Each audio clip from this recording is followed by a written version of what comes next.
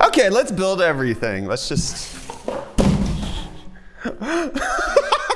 Okay, I knew that the box for this was empty. I didn't realize the hard drive was right in front of it. Hey friends, welcome to our second episode in the series of building a streamer's PC so that you guys can get an understanding of what they use on the day-to-day basis.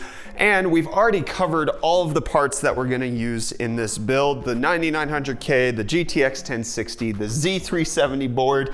Oh man, we're gonna get into it. So this video is going to be about us actually constructing the PC so that you can see the finished result of it. And if you want to know all of the basis behind the parts, check out that video right up there. But before we get into the build, let me tell you about today's video sponsor, since purchasing computer parts isn't cheap. So yeah, they're the same ones that sponsored our Shroud build, and that is Skillshare, my friends. In case you want to increase your education, in case you want to have more knowledge on a whole host of wide-ranging topics, you should check out Skillshare. In case you don't know, Skillshare is an online learning community with thousands and thousands of classes in design, in business, in technology, and everything that you could possibly want to learn about. They've got premium memberships that give you unlimited access to high-quality classes from experts in their field, so you can continue to improve, gain that knowledge, and get smarter. Specifically, one of the courses that's been helpful for us is Context is Key with the ever-famous speaker, Gary Vaynerchuk, somebody that Rickis and Reece have both been enjoying listening to on YouTube. I got into him a while ago, but it's encouraging to see that high-quality teachers like that are there. And even with YouTube courses, they're taught by actual YouTubers as opposed to some sort of theory by somebody who's never done a YouTube video in their life. Skillshare has it all. And they're more than affordable, and especially more affordable than most learning platforms out there, with an annual subscription being less than $10 per month. So in case you're interested, you can check out the link that's in the video description, skl.sh/UFDTech3. And if you're one of the first 500 people to sign up, you'll get 2 months of premium membership to Skillshare for free. Hard to beat that. First 500 people to sign up, so check the link, get it done quickly. And in case you're on the fence, just try it out. Be one of the first 500 people. Honestly, I will say that one of the big things that I've learned as I've gotten older is that I miss being in school. I miss being forced to learn, and that might sound weird, but my high school and university days are some of my favorite, and any opportunity that I have to take another class, I jump at it. So big thanks to Skillshare for being the sponsor of our builds. We really appreciate them. So check them out, and let's move on into the main content, transition. So everything's been explained. It's time to build all of the good stuff outside of the system, and then we'll move on into the really juicy bits in a second. Z370 motherboard from Asus. It's an okay looking motherboard. It's kind of cheap. It's not fantastic. Personally, I do not trust this board for the 9900K. You can overclock it. I really don't know if I would. Z370, but then also this has some of the cheapest heat sinks I've seen in quite some time. The Z370P is just not, this is not my bag of tea for what I would put a 9900K on. If you're going Z370, a little higher on the Intel product or the Asus product line, maybe something in the Maximus range, even something a little higher up in the tough range, but this is yikes. 9900K. This is super easy. Bam, it's open, ready to go. Oh yeah, build that system. Build it good, strong, man. Let's get that puppy right in there. Oh yeah.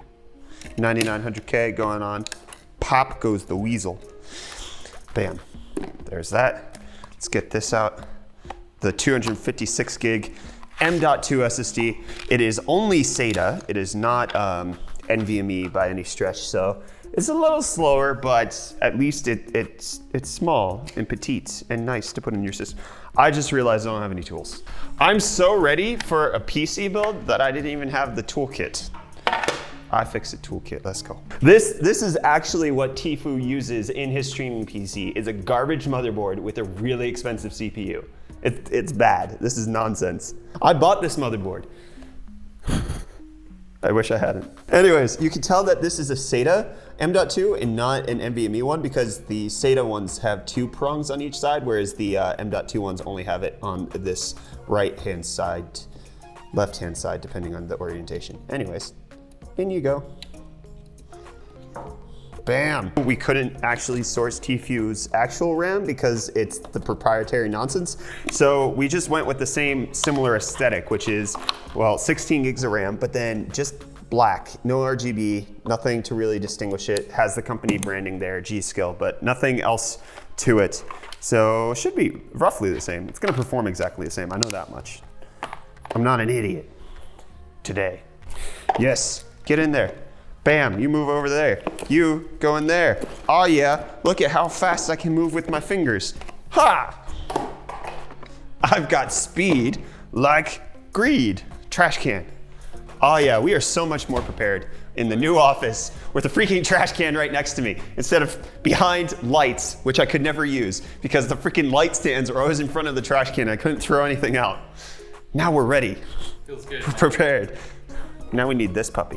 The Hyper 212X, which again is not necessarily what he uses, but I couldn't figure out. Like the fan looks like a Hyper 212. The CPU cooler kind of matches where the heat pipes come out of the heatsink, and then the lack of lighting on the fan also kind of tipped it out. So this should be able to cool the 9900K at least at stock. We shouldn't have too many issues there, but we'll see. We'll see. We have to obviously test everything later. This is spectacular packaging. Look at this. Good job, Cooler Master. What? Why are you being such a butthole? Bro, get on my level. Yeah, that looks right. That looks right. Okay, so we just need to hot topic it into here. You just gotta collapse that boy, slide it on through, then expand it out again like it's a, I don't know, fidget spinner or something.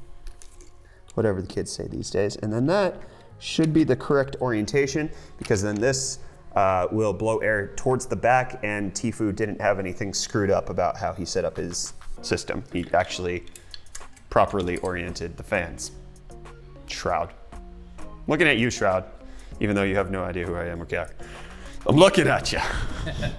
Oh, let's give it the sweet juices. Oh yeah. Mmm.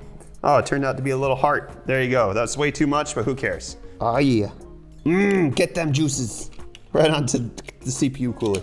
Now, it's time for the case, which is already out of the box, which is why I kicked the box over it last time. If you're ready, after I unscrew it, we're gonna peel the stuff off the tempered glass.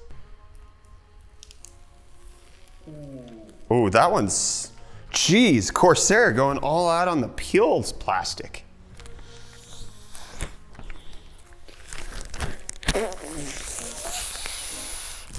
So one of the lovely things about the 460X is that it already has all of the lighting stuff baked in.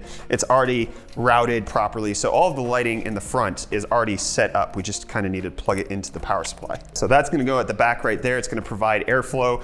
So this is gonna be the intake, which Corsair has allowed for plenty of air intake to go through here. There's the dust filter there, and it's just gonna blow through here. It didn't look like he had any fans on top. It's just the 3 in the front and then the 1 as the rear exhaust. We have zero clue what power supply Tfue actually uses, but went with the 750 watt, 80 plus platinum, so that we have super high efficiency for this thing to run all day, every day. 750 watts should put us in close to the, like a really decent part of the curve of the power supply's efficiency for the 9900K and the 1060 to run. All right, well, there we go. And always make sure that it's on those rubber dampeners, because if the power supply touches the case at any point, it's gonna just shut down the entire PC, even though we literally screw it into the back metal of the case. Now it's time to get to the crap that's gonna be annoying.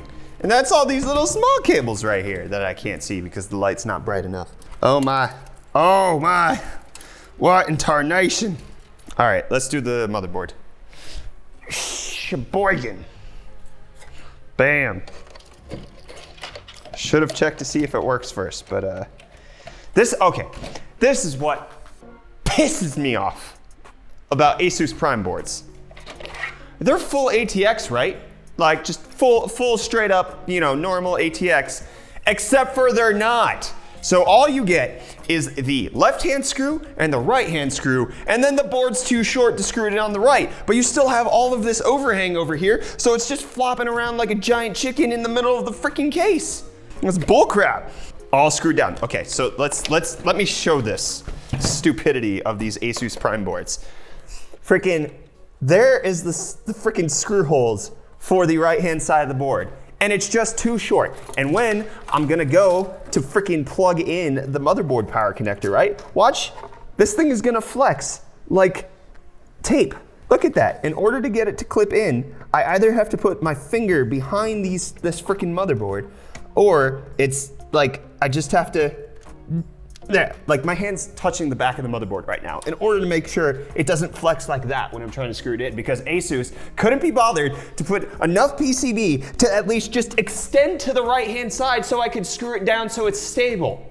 Graphics card, Tfue with the 1060 6 gig OC from MSI.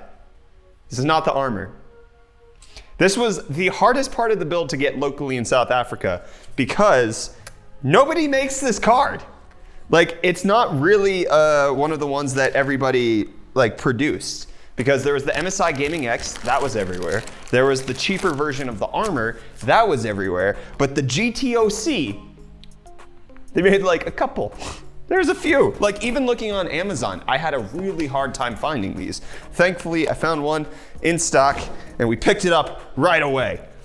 Okay, so since we don't have a fan splitter, we're going real jank because I don't want to install the Molex cable. We've got a SATA to Molex adapter to a freaking fan connector.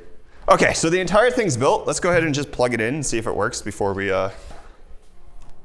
Oh, the fans are working. Yes! Everything turned on. Oh, this is like in demo mode. That's the way Tfue has it. Nice and blue. That's it. Tfue build. Done. Ah, dang it, I forgot to include the freaking lights. I've been sitting on the table the entire time. Oh, and I never plugged in the SATA cable for the hard drive. Corsair Lighting Node Pro, because Tfue has lights around the front and bottom of his case. How are you? They're adhesive strips. RIP. Hit the power button. Hit the power. Hit the power. In the man. There's a guy. In the man. Yes, sir.